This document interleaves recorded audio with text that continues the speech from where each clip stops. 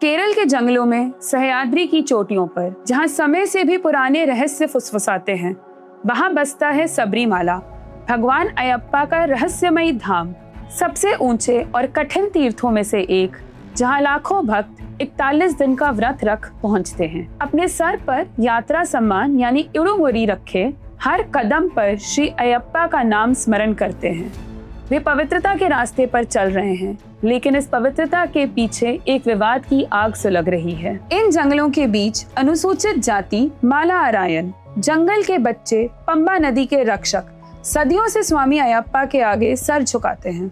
उनकी मान्यता है कि जब चोला साम्राज्य का खतरा केरल पर मंडरा रहा था, तब एक सच्चा दंपत्ति कंदन और करुथमा चोला आक्रमणियों से त्रस्त एक मंदिर के पुजारी के पास जा पहुंचे।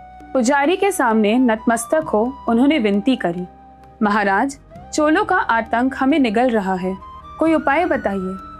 पुजारी ने गहन चिंतन के बाद कहा, तुम्हें 41 दिन का कठोर व्रत रखना होगा।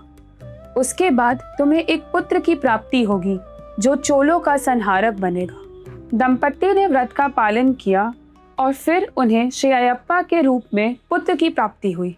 श्री अयप्पा ने ब्रह्मचार्य के पालन का संकल्प लिया, जंगल के निवासियों को एकजुट कर चोलों का डट कर सामना किया, संग्राम में विजयी प्राप्त कर केरल को चोलों के चंगुल से मुक्त कराया। विजय के बाद श्री अयप्पा ने समाधि लेने का निर्णय लिया। उनके माता पिता शोक में डूब गए और रो रो कर बिलख उठे।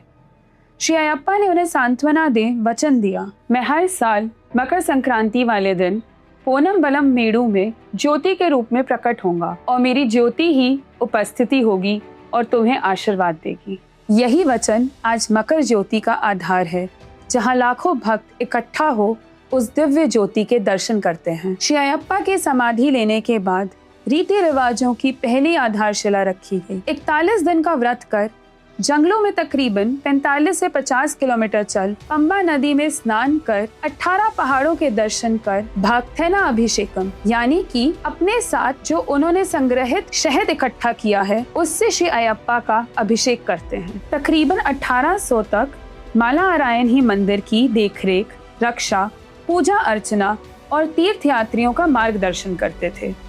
1800 के बाद धीरे धीरे उनकी यह जगह खाली होती चली गई और 1942 में ट्रावनकोर के राजा ने अपने थंथरी थजाहोम मंडोम के हाथों में मंदिर की देखरेख सौंप दी। राजघराना जब भी आता अपने थंथरी साथ लाता। इसी बदलाव के साथ नए रीति रिवाज भी आए। ये नए रीति रिवाज माला अरायन के इर्द गिर्द नहीं बल्कि ब्राह्मण थंथरी परिवार के आगमन पर विकसित हुए। थेना अभिषेकम, जिसमें भक्त अपने साथ संग्रहित किए हुए शहद से श्री अयप्पा का अभिषेक करते थे, बन गया नया अभिषेकम, जिसमें भक्त अब घी से अभिषेक करने लगे। 18 सीढ़ियों की पड़ी पूजा जैसी औपचारिक रस्म माला अरायन के वक्त पर नहीं थी। माला अरायन काल में मेंस्ट्रुएटिंग एज्ड वुमेन यानी कि मासिक धर्म आने वाली महिलाओं को मंदिर के परिसर में स्थायी रूप से एंट्री बंद नहीं थी।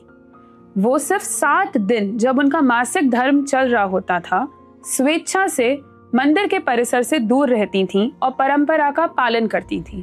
लेकिन 1942 में थंथरी परिवार के आगमन और 1950 में ट्रावनकोर देवस्थान बोर्ड के गठन के बाद इस नियम को भी बदला गया। मासिक धर्म वाली महिलाएं, जो 10 से 50 वर्षीय महिलाएं होती हैं, उन पर पूरी तरह प्रवेश निषेध लगा दिया गया। लेकिन 1942 में थंथरी परिवार के आगमन और 1950 में ट्रावनकोर देवस्थान बोर्ड के गठन के बाद इस नियम को भी बदला गया और 10 से 50 वर्षीय महिलाएं यानी मासिक धर्म आने वाली महिलाओं पर मंदिर के परिसर में प्रवेश पर प्रतिबंध लगा दिया गया। इस विषय को हमें सामाजिक, नैतिक, संवैधानिक और एक नारी के दृष्टिकोण से भी समझना जरूरी है। चिंता मत कीजिए, हम अगले वीडियोस में इस पर नजर डालेंगे। ऐसी वीडियोस को मिस ना करने के लिए बेल आइकन दबाएं और हमारे चैनल को सब्सक्राइब करें।